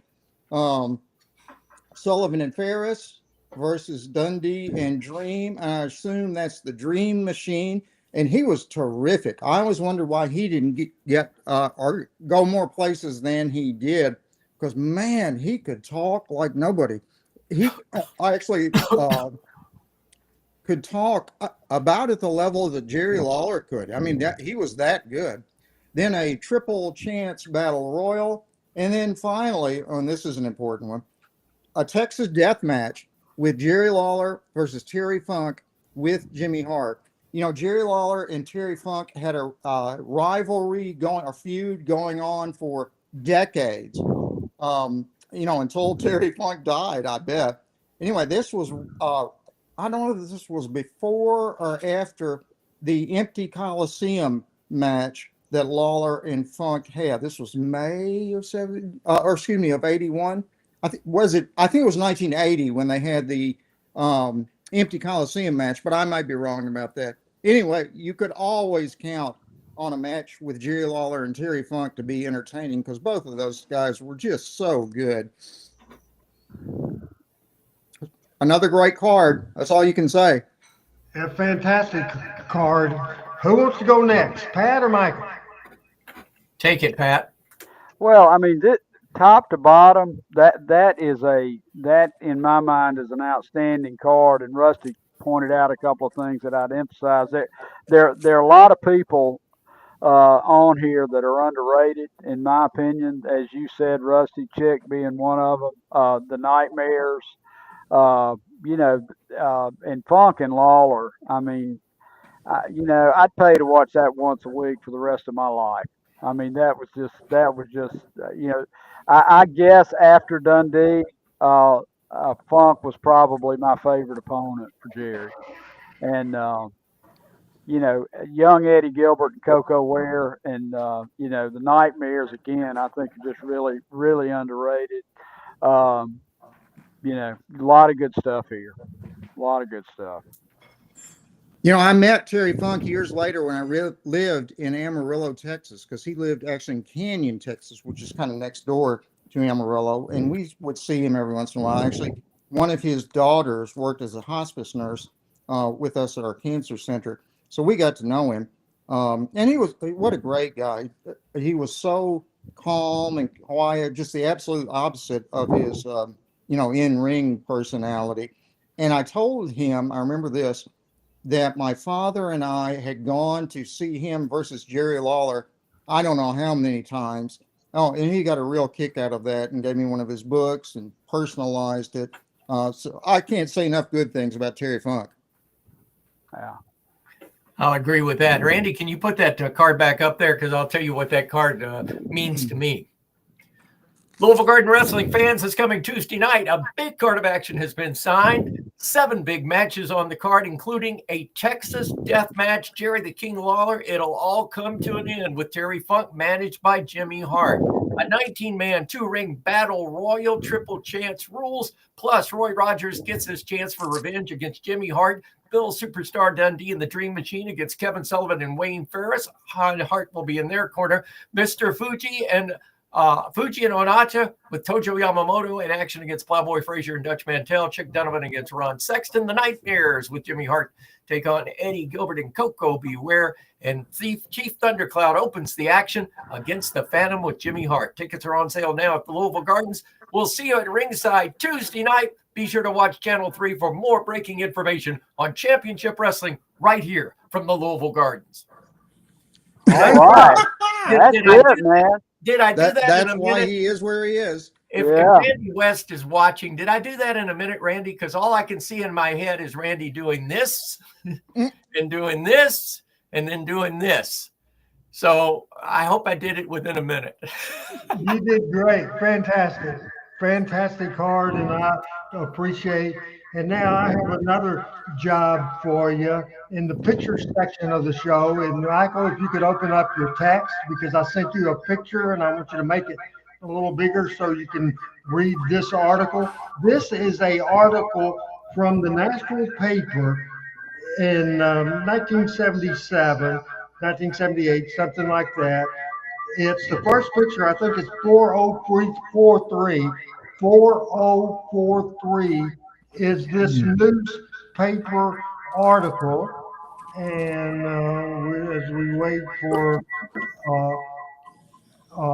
Adam trying to find it, and I don't see that it's still there anymore. Hold on just a second. It went away. Michael, did you get the text? I did, and I'm reading it. There it is. Yeah. Nashville wrestling promoter charged that a Hendersonville promoter paid 3 wrestlers not to make a series of appearances that he had arranged in Kentucky, Tennessee, and Alabama. The lawsuit was filed in Chancery Court. Nick Goulas owner of Goulas Wrestling Enterprises, alleged that Jerry Lawler, an employee of Jarrett Welch Enterprises, paid 3 wrestlers $200 not to make appearances Monday in Birmingham, Tuesday in Bowling Green, Wednesday in Nashville, Thursday in Louisville, last night in Huntsville, tonight in Pulaski, and tomorrow in Chattanooga. Goulas identified the wrestlers as Las Vegas Louie, Ron Garfield, and Don Fargo. Goulas sued the wrestlers and promoters Jarrett, Edward A. Welch, and Lawler for $1.5 million in damages. Wow. Ben Cantrell. Oh man. Okay. Judge Cantrell. Temporary restraining order from the wrestlers appearing for any promoter but him until the hearing can be held on June 12th. Goulas contends that the 3 wrestlers signed contracts with him April 12th, agreeing to wrestle in matches promoted exclusively by him. The wrestlers were reportedly out of town last night and could not be reached for comment. Interesting. I don't remember this particular episode, but I know, and excuse my French, there was a pissing match going on after Jerry had bought Nick out, and there was still bad blood from, Jerry, quote unquote, stealing Memphis or taking Memphis away from Nick back in 1977. And, and I think the most telltale of all this event is if we could ever show that clip of Robert Fuller interviewing Nick at his house. Oh, that's great. About how his part of the Welch Wrestling Enterprises was taken away from him, and just like it was from Nick. And then I'll never forget Jerry Jarrett watching that video and turning and saying, the funny part of that video was we got Robert to do it. Robert was working and Nick was shooting. And it was exactly the case. Yeah, I remember that video also. That was great. What year was that, Michael and Randy? I want to say 80. Is that correct, Randy? I was thinking earlier than that. Well, I was working for Nick in 77, 78, and into 79. And, Jerry bought the territory and it all came down right after the first of the year of 78. And that's when he brought Dickie Steinborn in to help him with Nashville for about a cup of coffee. And it was very interesting because that was the only time I ever met Johnny Valentine. And having met Johnny, I'm sorry, not Johnny Valentine, Boogie Woogie Boy, Handsome Jimmy, Johnny Valiant. He brought Johnny Valiant into town, and having worked with Jimmy, and then all of a sudden I'm working with Johnny. And you talk about daylight and dark. I mean, in more ways than one. It was an odd time. But Nick, God rest his soul, it took him a long time to get over all that. That came out in April of 1989. So I think that was after Nick had started to try to run some more matches and get stuff going. No, that newspaper article was in the 70s for sure. This is because of the talent listed there, Don Fargo and different things. This is in the mid 70s for sure. Okay. I think it was late 70s, to be honest, Randy, but I think you're right. I think it's closer to then than the 80s for sure. Okay. I know Nick died in 91, and he was sick for a couple of years and was in the hospital for months out at Nashville, out at the county hospital in Nashville, of all places. I was misquoting Adam. Adam popped up the 89. That was the interview with Ron Fuller and Nick about Jerry stealing the territory. That's the one I recall.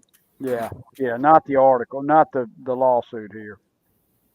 And by the way, you got a run-in going on with the cat there, Michael. And then we'll just go. Here's the reason.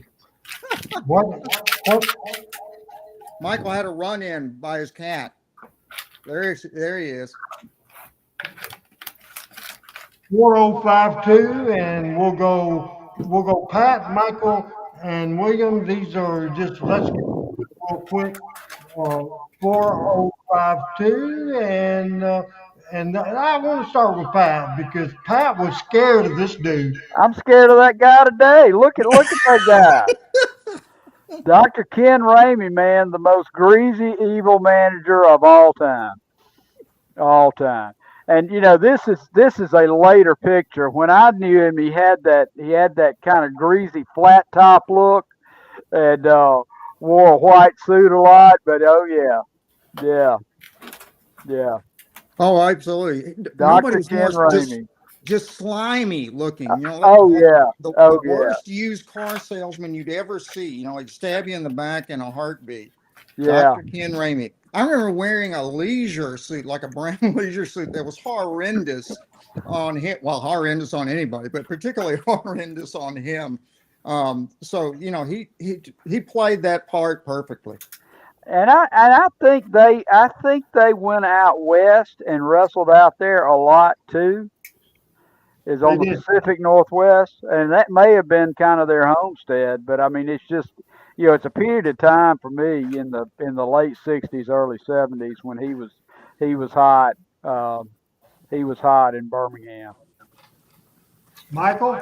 I think he took that picture right after he auditioned for the Dave Clark Five. It's an odd picture. It's Ken Ramey, but I'm like you, Pat. I remember Ken Ramey with the burr cut, with the flat top and the grease, and in the leisure suit, and this. He passed away about 15 years ago, but I read the newspaper out there did a very pretty long, in-depth interview, and it was pretty interesting. I mean, he's obviously a bright guy. He also worked at he and the interns worked at the Olympic in Los Angeles for several years. I guess it went back when Jose Lothario was promoting that area, and I forget the guy out of LA that was doing it was the quote unquote Nick Goulis or Jerry Jarrett of that Mike area. Waddell. That's him. He worked for them for several years as well, and made big money in LA at the Olympic. I tell you what, if I could grow some burns like that, I would do it. Try out for the Dave Clark Five. Our next picture, and this is two guys, Lynn Rossi and Tojo Yamamoto. They're out in the streets of Nashville, Tennessee, collecting money. This is Lynn Rossi, Tojo Yamamoto, Rusty, Pat, and Michael. Quick takes. So, oh yeah, Tojo's got his wooden shoes on there. That was one of his best gimmicks. He would wear them out and then put them on the edge of the ring when he'd get in the ring. And he had every dirty trick he could think of. He would call it, sneaky Jack. But then he would do every dirty trick he could think of, including picking up the wooden shoes and whopping people over the head with the shoes, which I remember my dad saying, that could kill a guy. Oh, he was so mad at Tojo. And Tojo just played that part so well. Pat? Absolutely. Now, were they here collecting money for charity or something like that? I think it was when Nick was having really bad. Come on now. Come on now. Stop it. Yeah, I mean, Rusty, you and I share similar memories of Tojo. I remember, and Tojo was perfect for his time, 15, 20 years after the war. And even though he was a decorated Marine fighting for the U.S., but he was, let me tell you something. My father was not the most open-minded of fellas, and I'll leave it there. And he certainly had no love for the no love for the Japanese, but I was watching that, and Tojo turned babyface and came in and saved somebody in Birmingham. And Tojo was so good, he got over with my dad. Michael? I think this picture was taken before Lynn Rossi had his wreck, actually. And one thing, if I'm not mistaken, and I'm pretty, Nick had a really soft place in his heart for the DAV, and I would give you $100 to a dime that they were taking up money for the DAV in this picture. But I always loved Tojo's fedora, and he would be so funny. There were several times that I rode down to Chattanooga, or drove him down to Chattanooga TV, and one time we stopped at the steakhouse in Manchester to eat, and Tojo was a heel then, and he said, "Mr. St. John, you go in first. I'll come in a minute." And I was okay. So I walked in, got a table or whatever, Tojo walks in, he opens the door, opens, it's Tojo. He goes, "Banzai!" And the whole restaurant. and I mean, that was Tojo. Tojo loved him, you know. And there's a great video of him and Lawler about them running and doing their tricks, doing a locker room trick on Tojo. You know, when they put the hot bomb in his pants. And but Tojo, hey, Tojo was a trickster too. He loved a good prank. He lived for a good prank. Greg, you're right. I think Chick still is wrestling a little bit. But if you look at that picture, Adam, if you'll pop it up real quick, you can see the time period if you look at the cars behind them.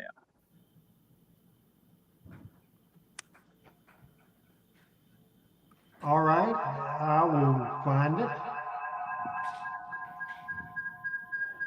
See, those are some late '60s cars there. Yeah. It's before Lynn had his accident for sure. Yeah. Very interesting thing, and I want to interrupt real quick because we mentioned it earlier. The talk, and I heard you guys commenting, and I certainly want to refute one thing. Certainly, there's plenty of reasons for a wrestler to not get released, but this, social media wise, is certainly one of the topics that's going viral over the internet in the last several days. That's why I'm getting feedback. Nothing to do. I'm having audio problem today. R-Truth, Ron Killings, was born January the 19th, 1972. At age, he is 53 years old now. He debuted in March of 1997. He wrestled for the WWE early on in his career, wrestled as part of Memphis Championship Wrestling. Then he's been wrestling for the current WWE for 17 years, and this guy is a star. Listen to My World podcast, nothing but 100% positive stuff, because I can assure you people that there's been no drug issues, no arrests, nothing ever negative in the wrestling career of Ron Killings. Here's a guy, as a youth, did get in illegal problems, and what saved him was that he turned his life around by becoming a wrestler and becoming a star. And he's worked for that company nonstop for 17 years, about 23 or 4 in all. There's rumors that several of the wrestlers are threatening walkouts, and they've been vocal of the fact that he was released. WWE is a different cup of tea now. Remember Vince McMahon? You can say everything bad you want to say, but he took care of his guys. He took care of the guys that brought him to the stand. TKO don't give a shit. They don't give a shit. They probably think Ron Killings is an older guy that can't wrestle a full schedule, and he's probably making millions of dollars a year. And it's strictly a money situation to cut out that expense. No doubt in my mind, that's what it was, not knowing that the fans are going crazy, and so is the talent. To wrestle for WWE 17 straight years, this guy has a lot of charisma, a lot of personality. He's a great interview. He can have a serious wrestling match. He's athletic. And he also has a great sense of comedy, which is how they booked him there. So certainly, Ron Killings, R-Truth, gone from the WWE. We don't want to spend a lot of time on it, but Michael, now your comments, and I disagree with the comments that if there was anything bad. I think 100% corporate wrestling, currently running the wrestling business, not having a clue about who they have on their roster. They see him as an older guy that don't work a full-time schedule. That's why he lost his job. That's my opinion. Now, Michael St. John. Well, and again, I didn't know the backstory. I didn't even know this had happened until we went on the show tonight. Ironically, Nick Khan, I did hear this earlier today, sold over $4 million in TKO stock today on the stock market. So perhaps Nick Khan starting to dump shares out of his portfolio with that. You know, what it also, I think, Randy, I think, and I will agree with your point, and we'll trace back on my comments, but the one thing I think that R-Truth was about was he was one of the last comic book characters that Vince McMahon developed in the WWE. He was one of the last comic characters, if you would, both with his comedy and his personality. He was along the lines of the characters from the late 80s and early 90s. And I think that might have something to do with it too. Whereas I think that the TKO people and the guys that are involved now are more serious about characters and their wrestling personalities. Where Ron Truth was, one of the funniest things I ever saw, and just saw it the other day, was a interview he had about the Royal Rumble, and he was confronted by Brock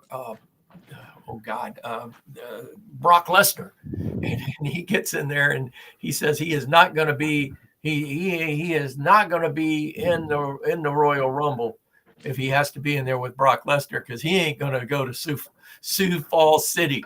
And it's just, his character was so well developed, but again, it was that comic book character kind of thing that the WWE has tossed aside now. Absolutely. Quick comments, Pat. Well, the way I'd like to kind of talk about it just for a second is, and I saw, and I couldn't find it on social media, but Dave Meltzer said that Raw had one of its lowest viewings it's had in years this last week or so. When they were purchased, it was a public company, but it wasn't a public company within a public company. And the two things. Number one, the quarterly numbers are critical. And if you can draw in wrestling, it's easy. You draw the people, you pay the boys, and everything else. And if you look at it, Brock Lesnar is still on the payroll. They've got probably more people on the payroll who hadn't been in a ring in 3 or 4 years than they do on the active roster.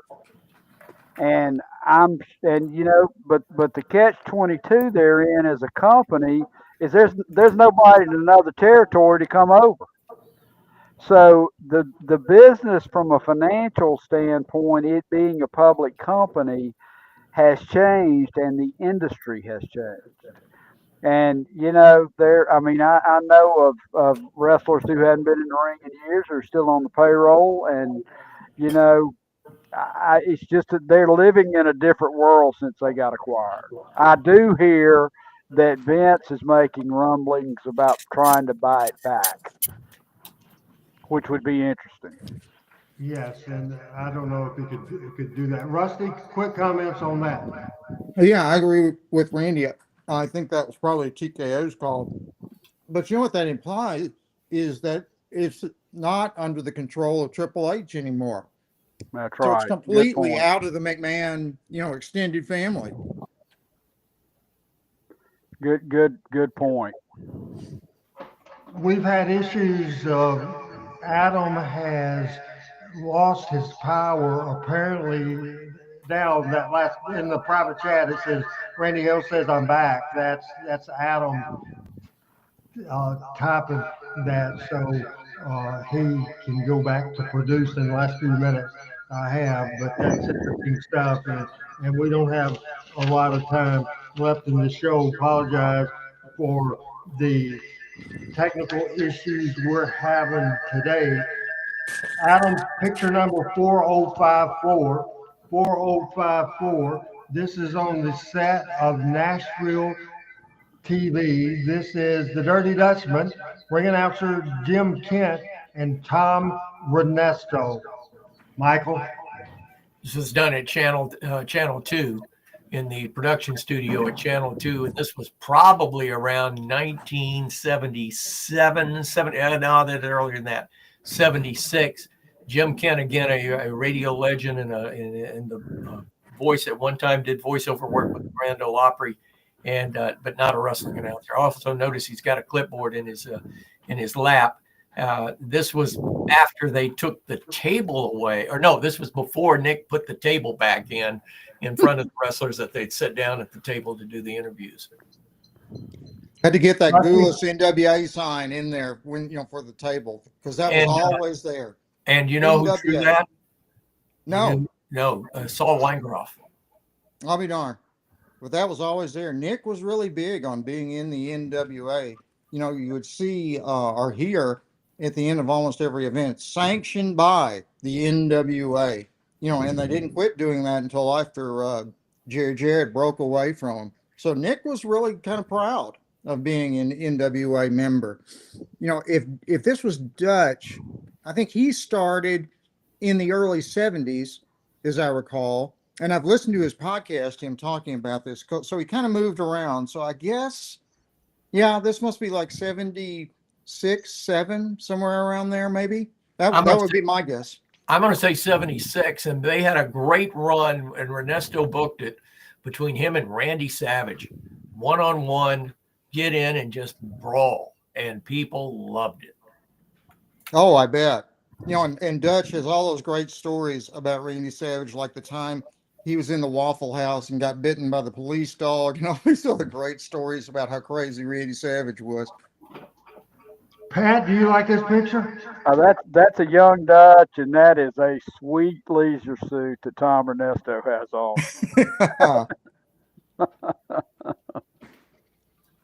And Tom's hair is about as greasy or about as slimy as it gets too. Boy, that's really slick back. Yeah. Next picture, 40-55. Michael? Well, that's if I'm not mistaken, that's Angelo and Laney Poffo. Yes, Angelo and Lanny together. The Poffos, a wrestling family that probably doesn't get the propers that they deserve either. Except, of course, Randy was a superstar, but Lanny was a star within himself, and Angelo Poffo was a brilliant man. Lanny Poffo had something I saw done. I saw him. He got a bet placed in some wrestlers in the wrestling in the dressing room, put down money on whether he could do a certain thing, and he could. And it was like, I can't believe this. But anyway, Lanny, we lost Lanny about this time last year, if I'm not mistaken. And Angelo was a brilliant guy. I thought Lanny was a thoughtful guy, Yeah, really was. And a good father and a good family man. Could Angelo work? Oh God, yeah. Oh, he was one of the originals. He came out of the Detroit area, and he also wrestled in the Northeast, Philadelphia, Washington, Capital Wrestling, in Boston, all through that area. And he was the professor, Angelo Poffo, and he would wear the cap and gown and would come out in a long robe that looked like a gown and the cap and the tassel and everything. And they would play Pomp and Circumstance. And, Lanny picked that up. Yeah. But he would ask when the announcer, the announcer was cued to say when the Pomp and Circumstance would hit, the announcer would say, the Professor Angelo Poffo requests that the audience please stand for his entrance, and then they play the Pomp and Circumstance. I've never seen a clip. I've never seen a clip of him working. He's good. He was a great scientific wrestler, but bent the rules when he had to. Was a heel when he had to, but was a great, just a pure wrestler, if you would. Next picture is 4056, and we'll start with you describing this great picture from the Mid-South Coliseum in Memphis, Tennessee.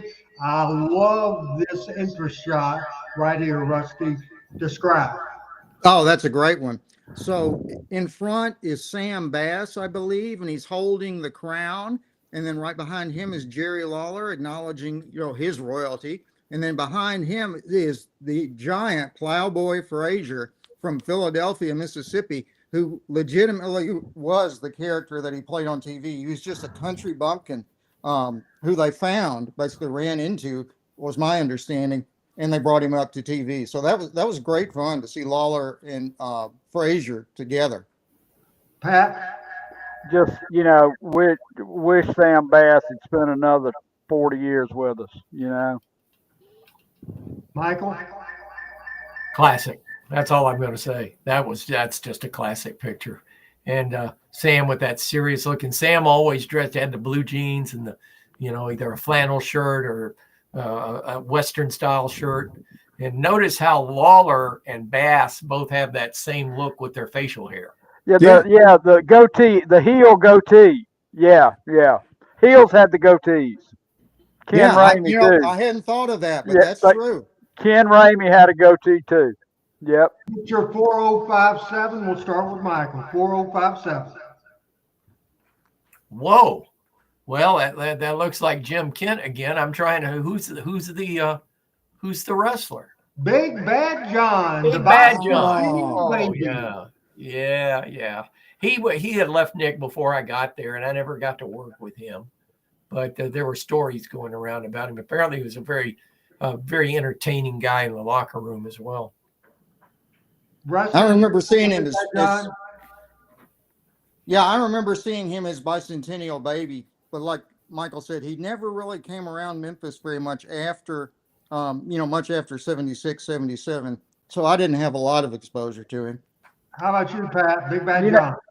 I looked him up a month or so ago, and he's a big guy and not necessarily ripped, but he could move. For his size, he could move. Big guy, had charisma, no doubt about it. Final picture of the day on Talking Memphis Wrestling. Michael St. John, Dr. Robinson, Pat Trammell, and our final picture of the day is Tommy Gilbert, Nick Goulas, and Eddie Marlin. We'll go Pat, the doctor, then Mike. The Gilberts and the Marlins in my mind hold a place in Memphis and the Goulas Welch territory that few people do. I mean, they're just it's almost founding father like to me, because they were always the babyface team of my youth with Nick. Yeah, I remember that too. Actually, they would, also, you remember they would bring Tommy Marlin in, who I believe was Eddie's brother, and he would come in and like referee sometimes big matches back in the day. But I didn't know for sure whether he wrestled himself or not. I assume he probably did. But you would see him in Memphis as a referee, like for a world championship match. And also, I see that big NWA sign behind Tommy again. Never misses that. It was a great treat for me when they brought in their cousin Johnny Marlin from England. Yes, that looked a lot like Eddie Marlin. It really did. Yeah. And he had one thing, as we can lose that picture right now, Adam. One thing, Michael, I think is interesting, and you mentioned it earlier, but Nick Goulas, and Rusty mentioned too, Nick Goulas on every TV, he promoted and flaunted and bragged on the NWA more than any promoter in the NWA. And it was awful ironic that happened when the Jarrett Goulas split happened, Michael. The NWA members went with the opposition. Jerry Jarrett did not go with Nick Goulas. But we've seen in a few pictures today how Nick really loved the NWA. We know back then, Randy, first of all, that last picture was from Channel 2 in Nashville, the same as the picture we saw before. And Nick with the slick back hair and the wide lapels, and Eddie in the plaid pants. And I can hear Nick saying, "Wrestling fans, is coming Tuesday night at the Sportatorium or at the at the Hippodrome Arena in Nashville, Tennessee. We're going to have 5 great matches, and these 2 men are going to be up against Tojo Yamamoto and Mitsuhara. And Tommy, tell me what y'all have in store for that Japanese crew this week. I can just hear Nick just doing his rumble, and no advance in prices. This is the biggest card I've ever signed for the Hippodrome Arena in Nashville, Tennessee. He'd do the whole thing. But if you notice, this is a shot from behind the camera, because you notice how the backdrop cuts off just on the other side of Eddie's elbow. But talking about Nick and the NWA, you know, it's ironic. Back in the day, the NWA would have an annual convention meeting, normally in Vegas, sometimes in St. Louis, and all 28 promoters would get there, and they'd have drinks and have dinner, and they'd all be, it was a convention, but they would elect every year the president of the NWA. Now, we know that the NWA was run by Sam Munchnick. And the history on Sam is he was a sports beat writer for the St. Louis Browns. The Browns moved to Baltimore. He didn't have anything to do. He started talking about writing a column about the weekly wrestling matches in St. Louis. And he basically blackmailed the promoter at the time in St. Louis and said, if I don't get a piece of the action, I'm going to write an expose that wrestling is fake, or wrestling is predetermined. And it scared the daylights out of the promoter. The promoter gave him a piece of the action. Before you knew it, Sam Munchnick owned the St. Louis territory, and then decided to do the same thing to all the other promoters of the territories. That's how the NWA was born. It wasn't a situation where let's all get together and work together. It was a situation is, if we don't work together and let me be the leader, I'm going to expose you guys and put you out of business. And that's how the story went. But and it's true, because Sam admitted it. He admitted it to me in person over lunch. But the fact of the matter is every year they would elect a new president.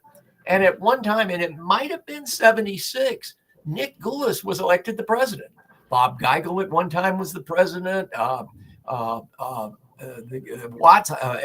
Watts was the president at one time. I mean, they sort of, distributed it around the promoter. Yeah, Fritz von Erich was the president, and so forth and so on. So Nick, like you said, was very loyal. But between that time and the time that Jerry Jarrett took over Memphis, what happened was, and it was all about Harley Race. Harley Race came into the territory, did a week doing each town, doing a match in each town, went 60-minute Broadway with George Goulas in Nashville. You've heard the story before, I've told it before. But what happened was Nick shortchanged Harley Race on his per diem, on him.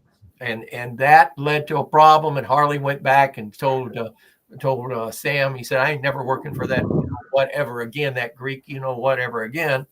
And that's what caused the rift between Sam Munchnick and Nick Goulas. And by the time Jerry took over, that rift was at its peak. So when Sam had a chance to do up to Nick Goulas, he did, and took the champion and put him in the stall with Jerry Jarrett.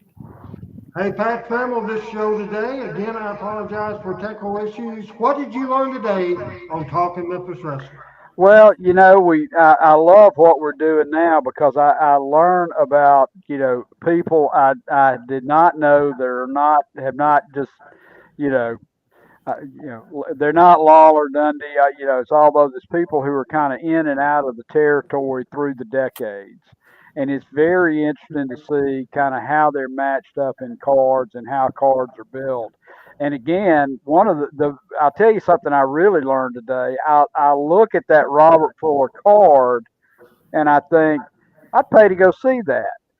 But then I realized, if you don't build to it on Saturday mornings, you don't get the people out. So it's not about putting a good card together. It's about telling a story that people want to see the denouement of. William, what did you learn today?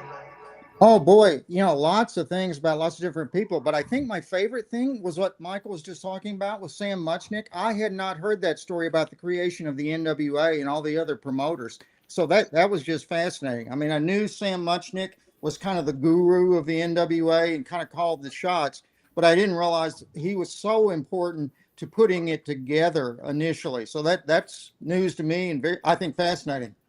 Real quick, William, what do you have coming up on the podcast? The Blue Doctors Recommends coming out tonight at midnight, hopefully.